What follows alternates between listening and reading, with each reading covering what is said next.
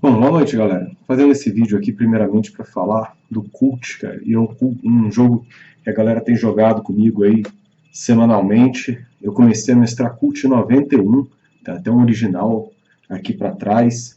E ele foi relançado, cara, graças a boa colaboração do pessoal do crowdfunding. O pessoal achou esse jogo, ele já tentou ser relançado outras vezes, mas como ele era um RPG muito pesado no começo, o pessoal tentou relançar ele de uma forma mais light e acabou desagradando a maioria dos fãs. Eles pegaram a galera do original, que é um pessoal do RPG sueco, que teve o livro deles banido em 52 países quando eles lançaram, em 91. Chamaram os caras de volta e botaram eles para ajudar no livro via crowdfunding. O livro ele ficou muito bom. Eles mudaram o sistema de regra. O sistema de regra do Cult é um sistema que eu gostava particularmente na época, porque ele é extremamente brutal para combate. Então, um 38 ele ia te matar tipo de 16 para cima, uma pistola ia te matar de 15, e aí um sniper de 11 num D20 você morria direto. Não tinha como desviar, não tinha como fazer nada. No entanto, ele não tratava muito da parte mental dos personagens. Ele ficava botando os defeitos, umas desvantagens, mas nada que fosse de regra, que atrapalhasse muito o personagem. A galera que fez o crowdfunding resolveu usar o Powered by Apocalypse, que é um sistema de regra que está muito na moda, é um sistema de regra super simples, e eles tiveram a grande sacada que boa parte das pessoas não curte muito, mas a galera que gosta mais de RPG Super Power, no qual você é muito forte, seus rolls vão dar sempre uma coisa absurda, ele não. Ele tem um sistema a qual ele traz a coisa mais para a realidade e traz até um pouco para o tema do jogo, que é você nunca estar muito superior ao que está acontecendo. Então o sistema de dado deles, diferente do Powered by Apocalypse, que traz 2d6, ele traz 2d10. Esses 2d10 eles podem ser modificados inicialmente no jogo, no máximo de mais 3, no entanto você tem atributos negativos, que chega até menos 2. E aí, como que você vai fazer? Ele traz que sucesso pleno é de 15 para cima, sucesso parcial é entre 10 e 14, e abaixo de 10 é um insucesso. O insucesso normalmente é uma coisa muito grave, ele já coloca como uma coisa muito grave que acontece. Então, se você pensar que tem atributos seus que você tem menos 2, é de 11 para baixo. Então, no atributo desse, você tem mais de 50% de chance de uma coisa muito ruim acontecer. Entre 10 e 14 acontece o que você queria, no entanto, sempre tem um probleminha envolvido dentro do sistema.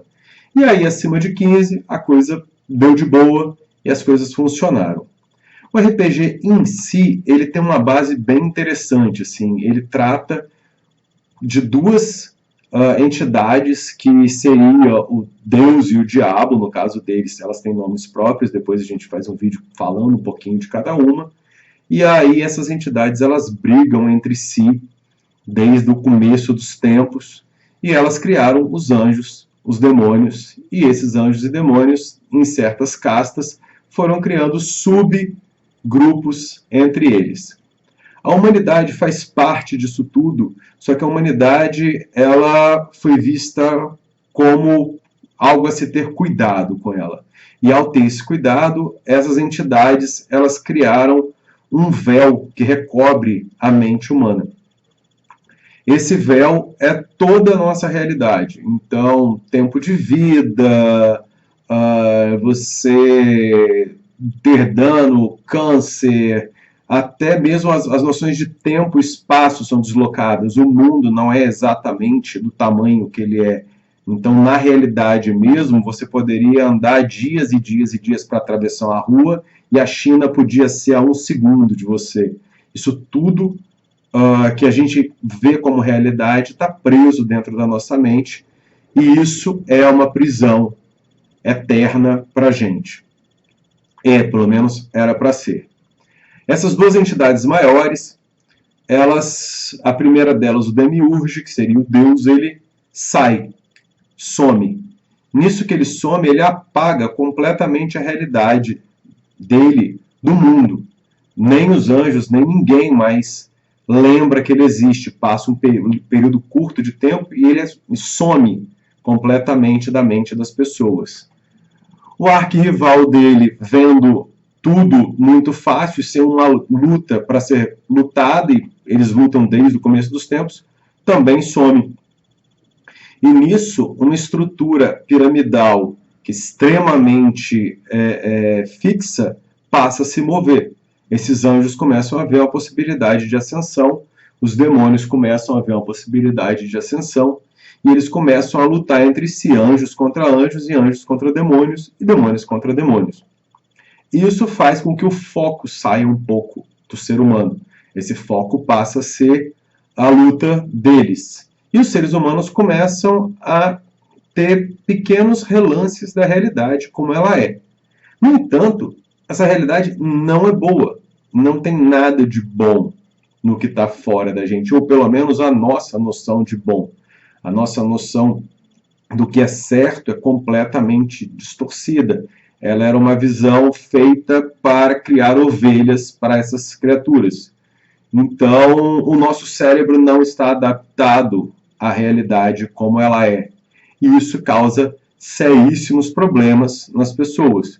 Então, quando você tem acesso à realidade, você sempre vê algo que te desagrada. Não existe um céu bonito, não existe nada que seja tranquilizador no que está por vir. E essa é a vibe dos players. Quanto mais eles entram no sistema, eles buscam uma forma de que haja algo menos pior para o futuro deles. E cada vez eles veem mais que não existe. Só existe uma miséria que vem pela frente. Morrer não vai solucionar o seu problema. E era uma coisa do primeiro jogo que dava muita confusão aos jogadores. Que o primeiro cult, ele chamava a morte apenas o começo. Então, na hora que o cara comprava, ele achava que você ia morrer em algum ponto, e aí ia transcender e ia ser passado um jogo com você morto. Não era impossível, mas não era o foco do jogo. Era um bom nome, mas não era o foco do jogo. Esse novo cult ele já vem repaginado como Divinity Lost. Quer dizer, a divindade foi perdida, que é isso que os humanos eram. Eles eram divindades que foram aprisionadas e prendidas nessa realidade que a gente vive hoje. O jogo ele trabalha principalmente com o sistema de arquétipos. Então, os jogadores eles vão se enquadrar em certos arquétipos: acadêmico, agente, artista, Avenger e assim por diante. Cada um desses arquétipos ele vai ter certas desvantagens, vantagens, dark secrets associados ao arquétipo. Então você vai escolher um arquétipo, vai jogar essas vantagens, que algumas delas fazem com que o jogo fique mais tenebroso ainda, que você começa a enxergar o que tem depois, e as desvantagens sempre tratam de você ter algum problema exatamente direto. Algumas delas são jogadas no começo de cada sessão, isso é uma coisa que pouca gente está acostumada, e algumas são jogadas mais para frente. O jogo também divide o personagem de forma interessante. Ele traz 3 atributos principais: fortitude, willpower e reflexo. A fortitude é para você absorver os danos que foram feitos para você. O willpower é para você se manter sob controle. E o reflexo é para você desviar do que estiver acontecendo com você. Esses atributos, eles têm +2, +1 e 0. Como eu falei, são 2d10. Então você soma +2, soma +1, ou não tem soma nenhuma envolvida. A partir desses atributos, eles se dividem em outros 7 atributos: razão, intuição, violência, percepção, capacidade de agir sob pressão, carisma e alma. Cada um desses vai servir para uma parte do jogo. E aqui que a coisa começa a ficar mais complicada. Porque num deles você vai ter mais 3, no outro você vai ter mais 2, no outro você vai ter mais 1, no outro você vai ter 0, são 2 mais 1, e depois você vai ter menos 1 e menos 2. Então, como eu falei no começo, vão ter atributos que ao você rolar eles, de 11 para baixo, alguma coisa muito errada vai acontecer. Ele tem um atributo interessante, que é o de violência, que é toda a ação de combate do jogo. Aqui vai uma coisa que eu, pelo menos, não achei interessante no jogo, que ele não tem um atributo ligado diretamente à força. Ele tem a violência, mas se você for tentar mexer com alguém, arrombar uma porta à força, você fica meio sem saber qual atributo usar. Mas, cara, é um jogo que não é um defeito de forma alguma, ele é um jogo feito para você interpretar. Então, você vai ver o que está acontecendo, vai ver a característica do personagem e vai mandar ele rolar 2 dados. Se você achar que ele tem alguma vantagem, porque ele é muito forte, você que dê para ele. O importante é deixar o jogo rolando. E falando em rolar dados, esse jogo tem uma outra característica muito interessante. O mestre, ele nunca vai rolar um dado. Os jogadores rolam os dados, então se você for atacar, você só manda o jogador desviar. Se ele não desviar, tem um dano envolvido.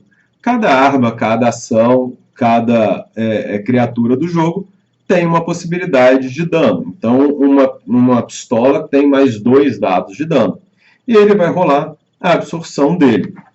Se ele tirar de 15 para cima, ele toma aquele dano, mas ele passa de raspão, ele não afeta o personagem, mesmo sendo um dano. Se for uma faca, ela só arranhou a sua barriga, tirando um fio de sangue, e assim por diante.